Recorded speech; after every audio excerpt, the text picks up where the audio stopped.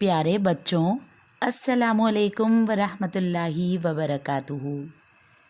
آج میں آپ کے لیے ایک اور پیغمبر کی کہانی لے کر حاضر ہوئی ہوں۔ چلیں بھائی، تیار ہو جائیں کہانی کو غور سے سننے کے لیے۔ ارے یہ کیا، آپ اکیلی ہی سنیں گے؟ نہیں بھائی، اپنے بہن بھائیوں کو بھی بلائیے۔ کہانی سننے کا مزہ تو ساتھ مل کر سننے میں دوبالا ہوتا ہے۔ ہاں بھائی، یہ ہوئی نا بات۔ آپ سب مل کر بیٹھے ہوئے کتنے پیارے لگ رہے ہیں۔ آج میں آپ کو حضرت شعیب علیہ السلام کی کہانی سنانے جا رہی ہوں۔ حضرت شعیب علیہ السلام کو اللہ تعالیٰ نے اہل مدین کی طرف نبی بنا کر بھیجا تھا۔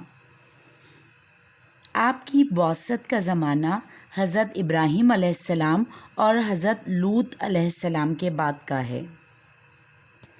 اہل مدین دین ابراہیم کے پیروکار تھے اور اپنے آپ کو مسلمان سمجھتے تھے، مگر وقت گزرنے کے ساتھ ساتھ ان میں بہت سی خرابیاں پیدا ہو چکی تھیں۔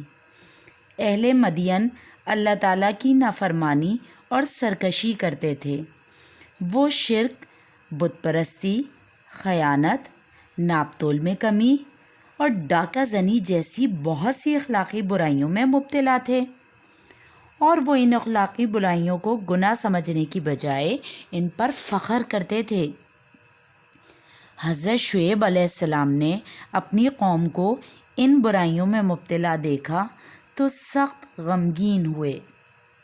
آپ نے اپنی قوم کو دعوت دینے کے لیے خوبصورت انداز اپنایا اور نرم لہجے میں بات کی۔ آپ نے انہیں کہا کہ بت پرستی اور مشرکانہ عقائد سے باز رہیں، ایک اللہ کی بندگی کریں، معاملات میں دیانت داری، صداقت اپنائیں۔ آپ نے اپنی قوم کو رشد و ہدایت کی تعلیم دیتے ہوئے برائیوں پر تنبیہ کی اور فرمایا، اے میری قوم، اللہ کی بندگی کرو، اس کے سوا تمہارا کوئی معبود نہیں۔ تمہارے پاس تمہارے رب کی طرف سے صاف رہنمائی آ گئی ہے، لہٰذا وزن اور پیمانے پورے کرو، لوگوں کو ان کی چیزیں کم نہ دیا کرو، اور زمین میں اصلاح ہو جانے کے بعد اس میں بگاڑ پیدا نہ کرو، اس میں تمہاری بھلائی ہے اگر تم واقعی مومن ہو۔ حضرت شعیب علیہ السلام پر چند لوگ تو ایمان لے آئے، اور اہل مدین کے اکثر لوگوں نے آپ کی دعوت کو حقارت سے ٹھکرا دیا۔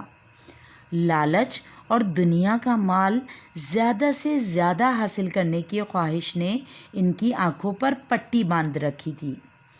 قوم کے سرداروں کو ڈر تھا کہ اگر انہوں نے حضرت شعیب علیہ السلام کی بات مان لی تو وہ معاشی اور سیاسی طور پر تباہ ہو جائیں گے، اس لیے انہوں نے اپنی قوم کو دعوت حق قبول کرنے سے روکا اور ڈرایا دھمکایا۔ ایمان لانے والوں کی تعداد میں اضافہ دیکھ کر قوم کے سرداروں نے حضرت شعیب علیہ السلام سے کہا، اے شعیب، ہم تجھے اور ان لوگوں کو جو تیرے ساتھ ایمان لائے ہیں اپنی بستی سے نکال دیں گے، یا پھر تمہیں ہمارے دین میں واپس آنا ہوگا۔ حضرت شعیب علیہ السلام نے تو ان کے مطالبے کو ماننے سے انکار کر دیا۔ قوم شعیب اپنے مشرکانہ عقیدے اور بدعمالیوں پر ڈٹی رہی۔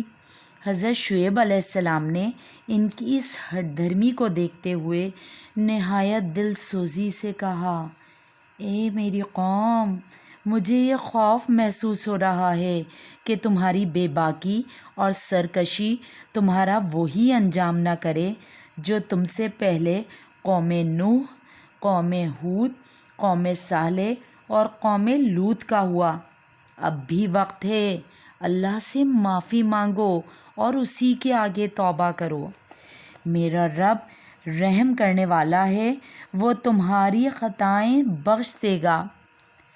قوم کے سرداروں نے غصے سے کہا، اے شعیب، تم جو کچھ کہتے ہو اس میں سے اکثر باتیں ہماری سمجھ میں نہیں آتی۔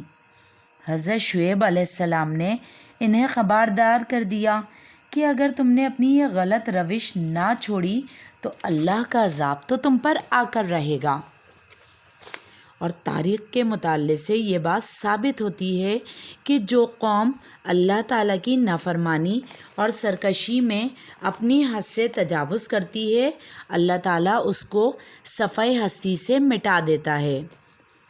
قوم شعیب کو بھی نافرمانی اور سرکشی کی پاداش میں 2 قسم کے عذاب نے آ گھیرا، ایک زلزلے کا عذاب اور دوسرا آگ کی بارش کا عذاب۔ اہل مدین جب اپنے گھروں میں آرام کر رہے تھے تو اچانک ایک ہولناک زلزلہ آیا اور ساتھ ہی آسمان سے آگ برسنے لگی۔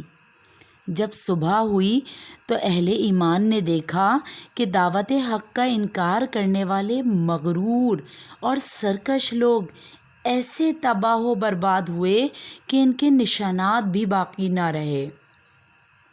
اچھا بچوں، آپ کو میں ایک اور بات بتانا چاہتی ہوں۔ حضرت شعیب علیہ السلام کو ان کی خوش بیانی کی وجہ سے خطیب الانبیاء کہتے ہیں۔ اب بتائیے آج کی کہانی آپ کو کیسی لگی؟ اگر آپ کو آج کی کہانی اچھی لگی ہے تو اسے لائک کریں، سبسکرائب کریں اور شیئر کریں۔ اچھا بھائی، اللہ حافظ۔